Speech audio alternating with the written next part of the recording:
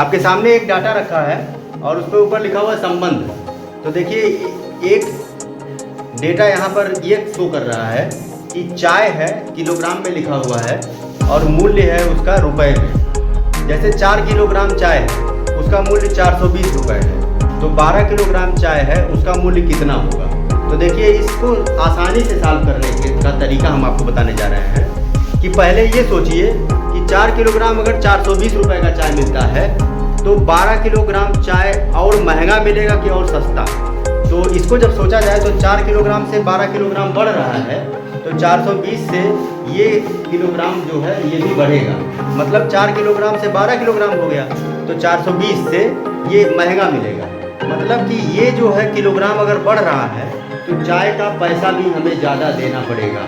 जब कोई डेटा बढ़ता है और उसका वैल्यू भी बढ़ता है तो इस कंडीशन को हम कहते हैं अनुलोम संबंध। और अगर 12 से 4 हो जाए, मतलब 12 किलोग्राम का कुछ वैल्यू यहाँ दिया रहे और वही चीज़ हम जाएंगे फिर 4 किलो खरीदने, तो निश्चित ही हमें कम पैसे खर्च करने पड़ेंगे। यानी कोई डेटा अगर बढ़ता है और पैसा भी बढ़ता है, कोई डेटा अगर घटता है तो पैसा भी घटता है। तो सेम डायरेक्शन में अगर मूव कर रहा है डेटा जो आपको सामने दिख रहा है, उस कंडीशन को हम कहते हैं अनुलोम संबंध और समानुपात को हम कहते हैं अनुलोम समानुपात। तो अनुलोम समानुपात हमने लिख दिया और यहाँ पे एक तीर लगा दिया।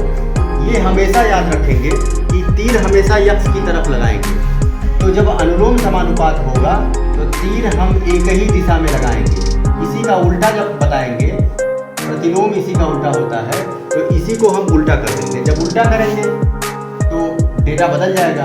अब यहाँ पर हमको ध्यान देना है, इसको पहले लिखेंगे तो यक्स बटे 420 बराबर लगा देंगे। इसमें भी इसके जो ये हेड है, हेड पॉइंट को हमने पहले लिखा, तो इसके भी हेड पॉइंट को हमको पहले लिखना पड़ेगा।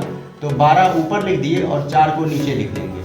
अब 420 को हम उधर पक्षांतर करेंगे तो ये इधर जाएगा, तो हो जाएगा यक्स बराबर 12 बटे 4 गुणे 420। अब 4 से इसको काटेंगे, 4 1 जा 4 और 4 3 जा 12। अब मल्टीप्लाई करेंगे, 3 मल्टीप्लाई 420 यानी 420। ये हो जाएगा तुम्हारा 3 2 जा 6 और 3 4 जा 12 यानी 1260 रुपये। ये हो जाएगा आपका आंसर।